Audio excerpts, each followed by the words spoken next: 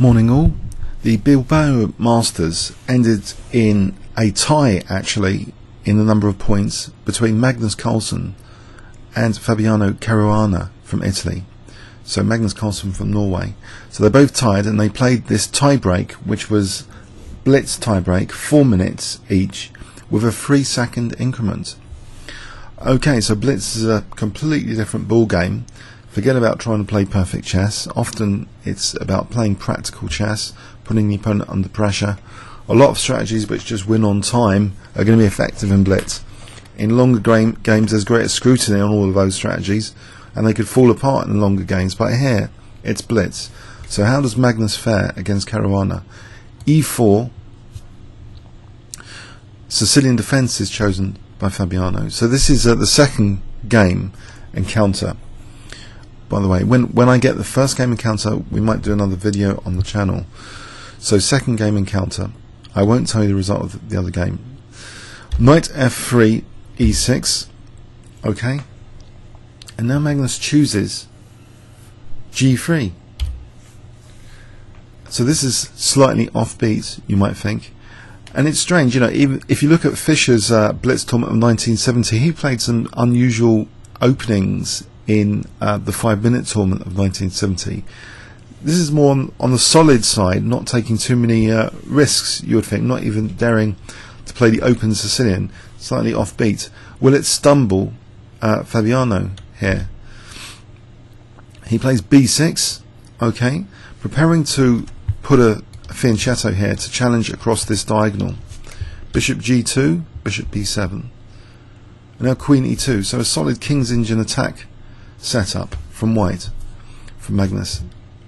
d6, and here actually it doesn't continue with King's Indian attack style, which might be like d3, but no, actually the move d4 is played against Black's setup here. So that's quite interesting. Before Black has a chance to put more pressure on d4 with say knight c6, it's opened up. As a result of this opening up, we're going to get pressure along that d file and along d6. So c takes d4, knight takes d4, knight f6, and you'll notice here there's a potential forcing move, threat, to attack the bishop. But here, of course, it's not so hot. If e5 was played here, bishop g2 hits the rook, so that's not too clever here. E takes f6 doesn't do much, but it's worth checking out for tactical vulnerabilities, because even in this position, even if you give up the rook, there's knight e6 is quite dangerous. So it's worth bearing in mind. But e5, because this loose piece here in this position, and another tactical target, the knight, it's worth bearing in mind here.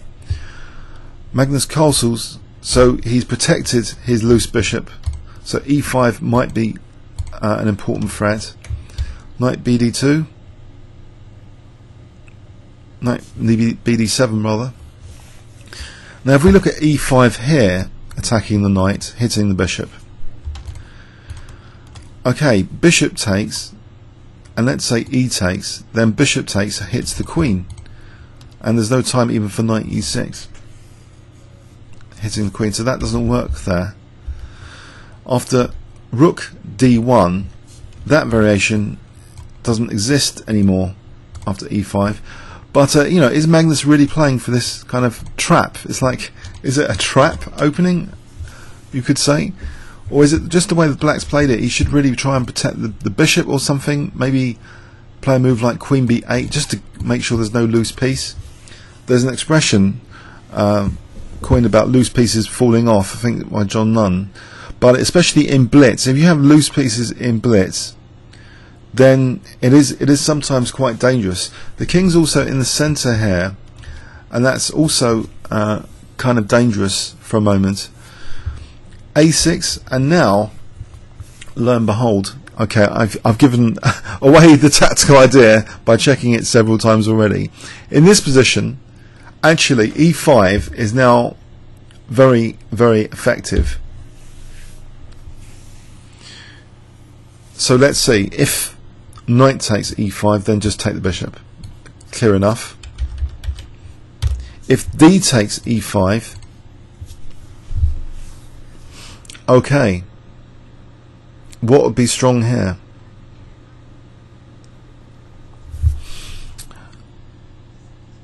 Let's put on an engine just to make sure here, because is it more than just winning the exchange? Bishop takes b7. Let's just win the exchange here, and that should be that's better for white. So that's not too hot. But probably a lesser evil move is to play d takes e5 here. Fabiano's move is bishop takes g2, and it's definitely not as good as d takes e5. Losing the exchange was the best bet there, because now e takes f6, and there's actually horrendous tactical problems that black faces in this position, believe it or not. You might think it's a small victory to get rid of that light square bishop and weaken the squares. The thing is, black's in no position at all to exploit these weakened light squares, or even get his bishop out safely anywhere. For example, if bishop d5, I believe c4, just kick the bishop back, and then we have a vicious knockout blow. Knight takes e6. It looks absolutely crushing, this continuation. Maybe just even rook takes d6 here is really cool. So black can't castle, because then f takes, well, black can't castle anyway. So it just looks absolutely horrendous, this sort of crushing continuation. We might as well do a set and pass after, just to get more of the finesses, if you would like. It's a bit of a horror, this game. Okay, but so bishop d5, you can imagine c4 being quite strong here. If the bishop goes back anywhere else, then just knight e6. So the bishop decided to try bishop h3, which does actually protect e6 against knight e6. That's the good side of it. Okay, but a clever move here from Magnus, and the real horror is exposed again of the position. I wonder if you can spot it if I give you 10 seconds starting from now. It's a forcing move, that's a clue.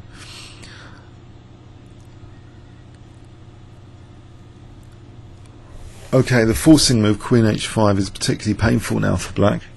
He hasn't got time to do much here. If he plays bishop f5, he's going to be ripped open on the e file. Knight takes f5. But let's look at g6 later. For a moment, the easier one to check out is takes, check, and then f4, just winning a piece. That looks fairly clear enough. So in the game, queen takes f6 was played, but let's have a look again at bishop f5. So knight takes g6. So what could white play here? Actually, a crushing move comes to mind intuitively. Knight g7, check. That would be pretty nasty. Forcing takes, and now threatening to get another queen. But we'll go a second pass just in case we've missed anything really technical. But it seems a very, very straightforward winning position, though. It's not really a very complex game. It's only a 4-minute game between two super GMs, of course. But it shows, you know, super GMs, you know, reduce their time and they'll make blunders like everyone else. They're human. They're not computers. They're not Ribka. They're not Houdini. They're going to make huge blunders. And this is the sort of disaster which can often occur in Blitz. Okay, I'm wondering why they didn't even choose Rapid actually to start off with. Maybe stagger it. I think they're only playing for the title. Correct me if I'm wrong. They're only playing for the title, not for money. It's not. Otherwise, you know, the stakes of these two 4-minute games have gone up dramatically. But for the title, for the prestige of winning this Bilbao 2012, it's still quite big stakes. But okay, it's a disaster here for black in this position. Fabiano, he doesn't resign here. He plays queen f6, and he's just losing a piece. Of course, he plays a few more token moves really. He's a piece down for nothing. Knight c3, queen g6. Okay. And Magnus stops him castling with knight c6, hitting that bishop. Knight e5. Magnus takes on e7. After king takes e7. Magnus doesn't mind any knight f3 check. It's not that dangerous. He just plays bishop f4 calmly. And here Fabiano resigns. Okay, so you know, it's if you think about it, we're all playing open Sicilians in Blitz generally. Most people are playing open Sicilians, but when you look at the greats in Blitz, they play stuff which is fairly solid sometimes.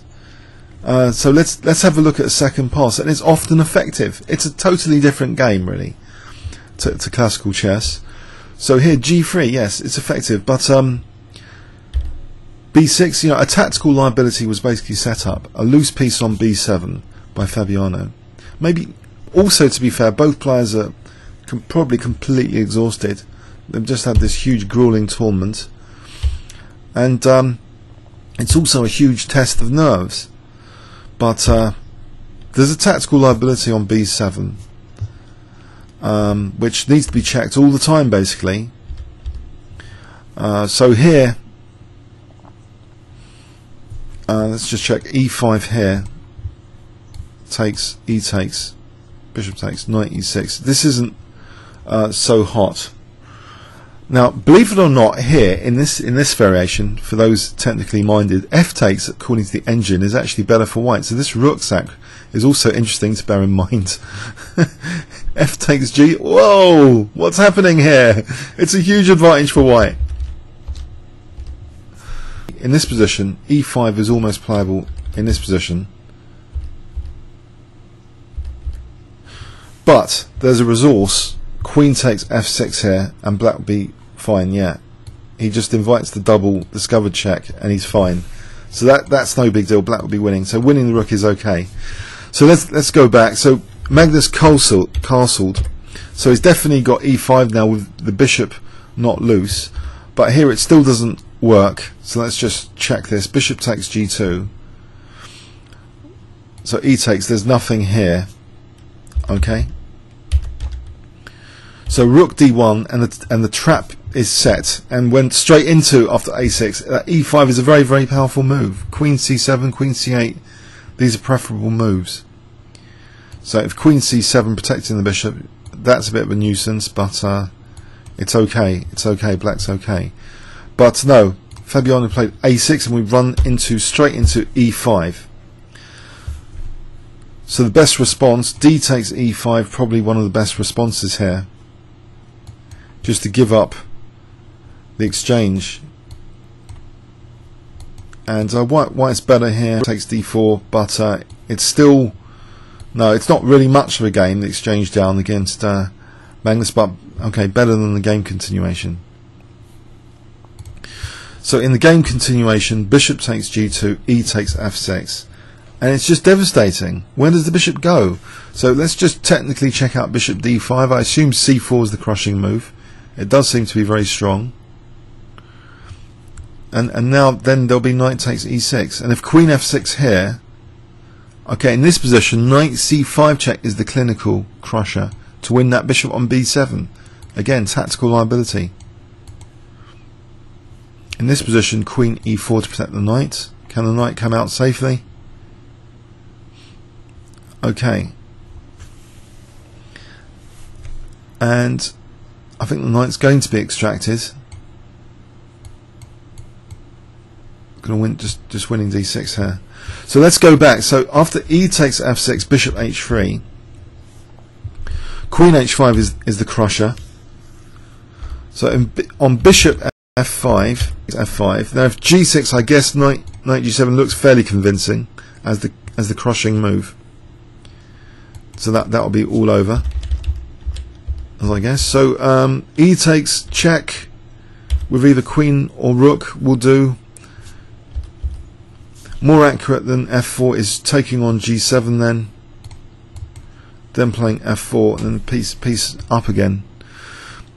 So pretty disastrous. In the game, Queen F6 and going a piece down.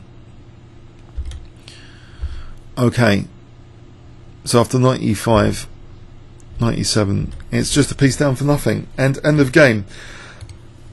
It's a bit over the top to analyse Blitz games because no one's really got any time to really check things out, and but it shows the role of tactical liabilities, and it's huge in Blitz. Weaknesses of the last move, but tactical vulnerabilities in general as well, just are there to be exploited.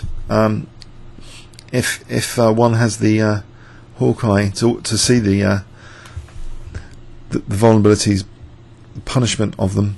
So comments or questions on YouTube. Thanks very much.